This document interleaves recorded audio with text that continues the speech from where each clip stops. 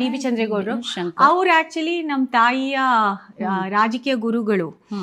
ನಮ್ಮನ್ನ god father. ಯಾಕಂದ್ರೆ ನಮ್ಮ ತಾಯಿನ ರಾಜಕೀಯಕ್ಕೆ ತಂದಿದೆ ಅವರು.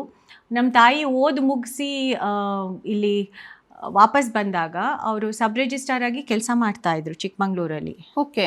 ಆಗ ಆ ಸಂದರ್ಭದಲ್ಲಿ ಇದು ಮೀಸಲು ಕ್ಷೇತ್ರ ಅಂತ ಘೋಷಣೆ ಆಗಿತ್ತು, ಅಥವಾ ಇತ್ತು ಆಲ್ರೆಡಿ. ಇದು ಮೊದಲಿಂದನೂ ಮೀಸಲು ಕ್ಷೇತ್ರನೇ ಮೂಡಿಗೆರೆ ಕ್ಷೇತ್ರ.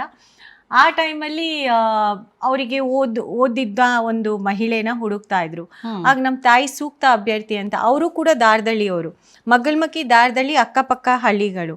ಸೊ ತುಂಬಾ ಕಡಿಮೆ ಜನ ಓದ್ತಾ ಇದ್ರು. ಅದು ದಲಿತ ಸಮುದಾಯದಿಂದ ತುಂಬಾ ಅತಿ ಕಡಿಮೆ ಆಗ ಎಜುಕೇಟೆಡ್. ಸೊ ನಮ್ಮ ತಾಯಿನ ಗುರ್ಸ್ಬಿಟ್ಟು ಅವರೇ ರಾಜಕೀಯಕ್ಕೆ ತಂದಿದ್ದು. ನಮ್ಮ ತಾಯಿ ಬೇಡ ಅಂತ ಇದ್ರು, ಬಟ್ ಆದ್ರೂ ಅವ್ರು ತುಂಬಾ ಒತ್ತಾಯ ಹಾಕಿ ಅವ್ರನ್ನ ರಾಜಕೀಯಕ್ಕೆ ತಂದ ಸಂದರ್ಭ ಇದು. ಅವ್ರ ಮಂತ್ರಿಗಳು, ನಮ್ಮ ತಾಯಿ ಅವರು ಎಲ್ಲರೂ ಮಂತ್ರಿಗಳಾಗಿದ್ರು ಆ ಟೈಮಲ್ಲಿ. ಬಿ ಎಲ್ ಶಂಕರ್ ಸರ್ ಆಗ ಮೇಲ್ಮನೆಯ ಸಭಾಪತಿಗಳಾಗಿದ್ರು.